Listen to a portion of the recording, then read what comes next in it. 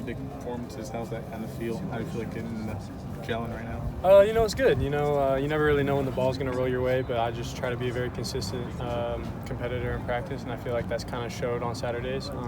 So I'm going to continue to do that and just hope it continues to lead into big performances. Obviously, Lincoln Riley's offenses, I think, never really been, known too much for the utilization of tight ends in the pass game. But, again, two big performances for you. Seem like you're getting used a lot in the flat or up the middle. Has there been, you felt a little bit more of that emphasis on yourself the last couple of games? Yeah, I think that kind of just goes back to what I said earlier. Like, at the end of the day, he just has to trust you, and I feel like I've established that trust with him. So at the end of the day, he's going to go to the guys he trusts and who he's had time to see what they can do. And I've been here for 2 years now with this staff, so I think that I have that trust in him, and I think that kind of translates to Saturday.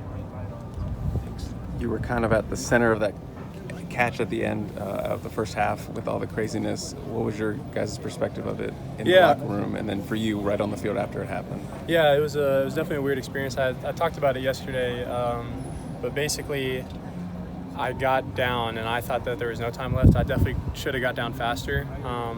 I go to the locker room. We're kind of sitting in the locker room. I'm thinking that the clock just ran out.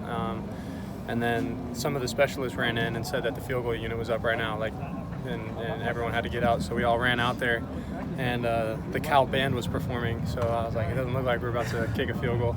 So then we went back in, and then I think the coaches came in and described how we were going to end the first half at the beginning of the second half. So then we did that. It was definitely a weird situation. You tried to hurdle a guy against Utah. A lot of people like that energy. What was going through your head when you tried to pull that off? I actually had the ball on the play right before it, and the guy went low on me, and I was kind of thinking about it, and I didn't go for it. So when I had the ball the next play, I had some time to think about it when we were running one-on-one at each other, and when I was 10 plus yards away from him, I was already predetermined that what I was going to do. And then I went and jumped, and he did not go low.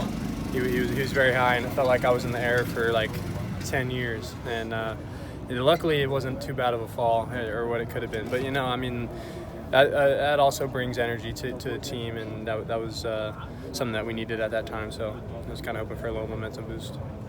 What was the beginning of the Cal game like, where you had the protests going on? You guys are so amped to go at the coin flip, and then you have to wait. That was definitely something. There's two things that I've never experienced in that game, both the halftime thing and then the protest thing. So that was definitely something that I'm not used to seeing where I'm from. It was weird. It was a weird aspect. You get super amped to go on the field. You have a couple minutes run onto the field, and then it's go time. But that whole deal kind of was really strange. But all the coaches were really, really good about it, and they were telling us to stay warm on the field, and they were stretching us out and stuff. So by the time the ball kicked off, we were ready to go.